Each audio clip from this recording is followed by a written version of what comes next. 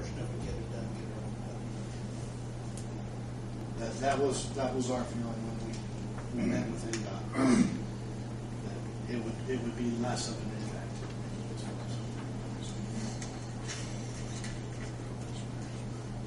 I have maybe a suggestion or question, however you want to take it. After dark, down Lincoln Street, we've got all the barrels, and you can see the way the barrels have been moved back and forth and dumped over, that they are being hit quite a bit. What is the possibility of getting some flashers on top of some of those barrels through there to eliminate that? Some of them have flashers on them. Okay. And they're dusk to dawn. They're not daylight. They don't flash in the daytime. The high intensity is what. It was in the evening times when I've noticed, especially around the CVS area. The contractor has been furnishing me with weekly reports on the sign barricades, and that's part of it. Okay. See if those work. And they're coming back in. I've seen a couple of them where the lights have been out and he's changed them. Okay. I wasn't aware that they weren't, but I will definitely check it and get it resolved and make a point today. The barrels get moved. The foreman on the job is not far away, and it's a phone call. And we've got a process set up that he comes back in and sets them up when the wind hit. We had some high wind Right, over. I understand that. So they're trying to maintain those. So, but I will look into it and make sure that the lights, done. They try to send them back at the end of each day before they leave. to a certain degree, yeah. Anything that's been hit during the day Yeah. or that they've bumped, they try to get back in place before they leave for the evenings. Like I said, it was in the CVS area especially is where I've noticed the darkness, and maybe they just weren't flashing us when I was down there. I don't know.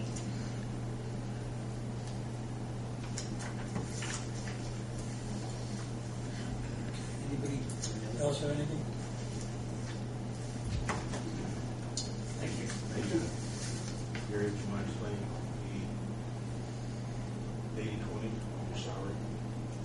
Oh, and also my salary as an engineer inspector is 80% reimbursable through, just like Armstrong's contract.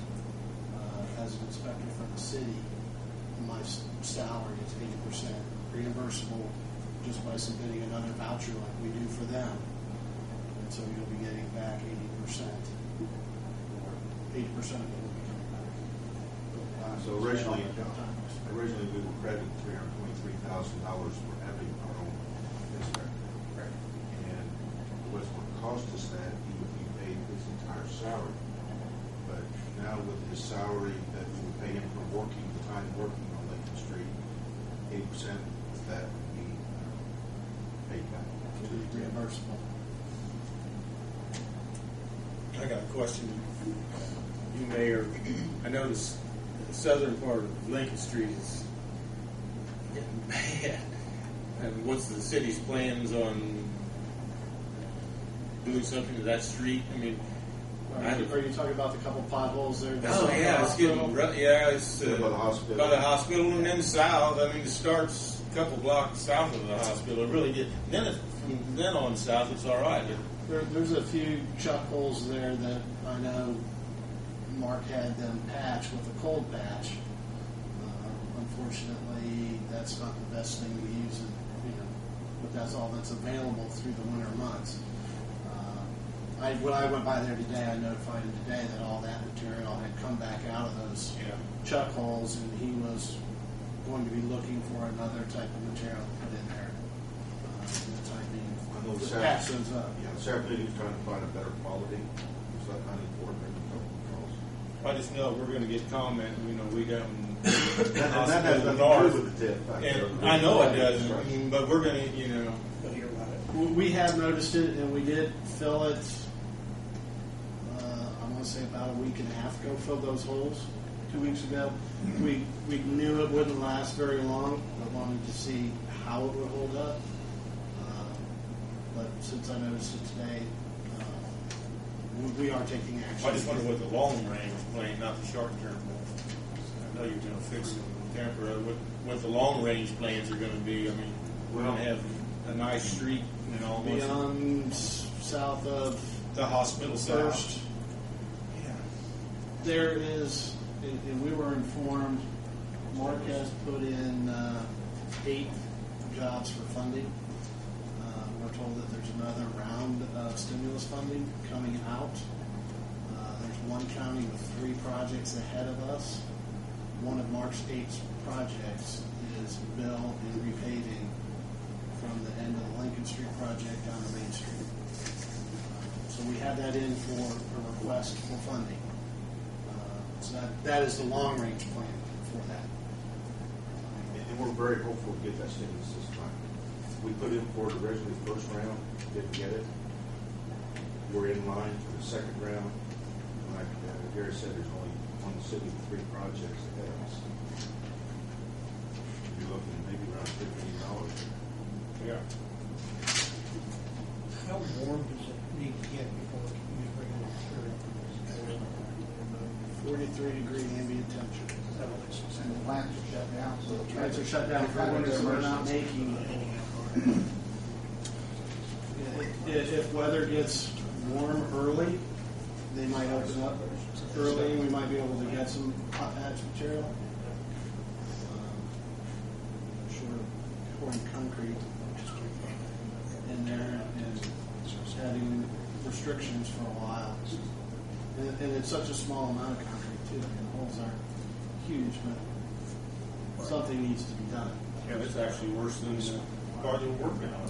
And the worst part about it is, this is the worst time of year to try to fix that because you get the freeze-thaw cycles are what really affects that. It pops right back out. So, I mean, we're below freezing every night. We're right about 32, 33 in the day. So, it's going to be a battle until the spring when we get some better material in there. It does make the rest of the Lincoln Street look good.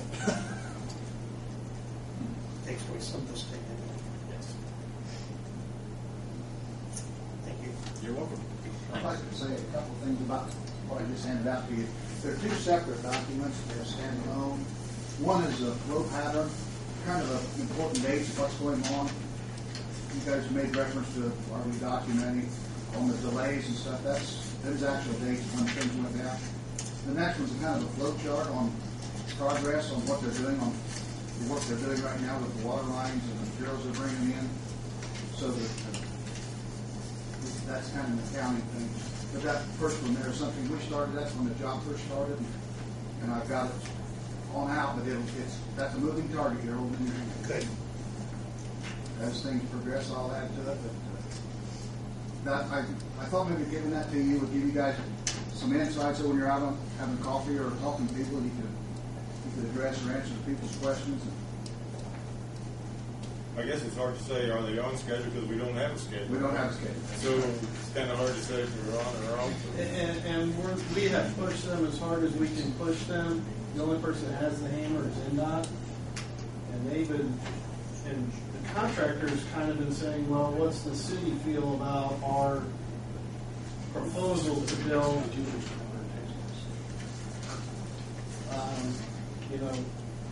the full right-of-way width for a certain length.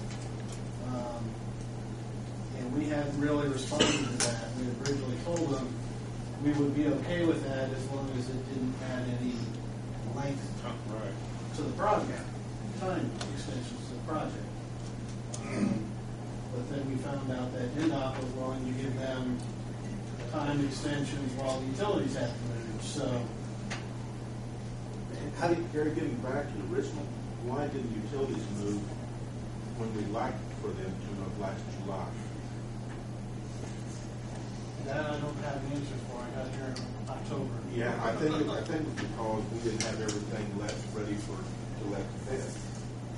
I can't speak for the utilities, but normally they don't want to move until they're absolutely sure it's a project. And see, that's why they didn't do it, because we didn't. So let they them was have a set, bid. they wasn't going to spend their money and move if this thing somehow or another lost its funding from the state or kicked the site or something.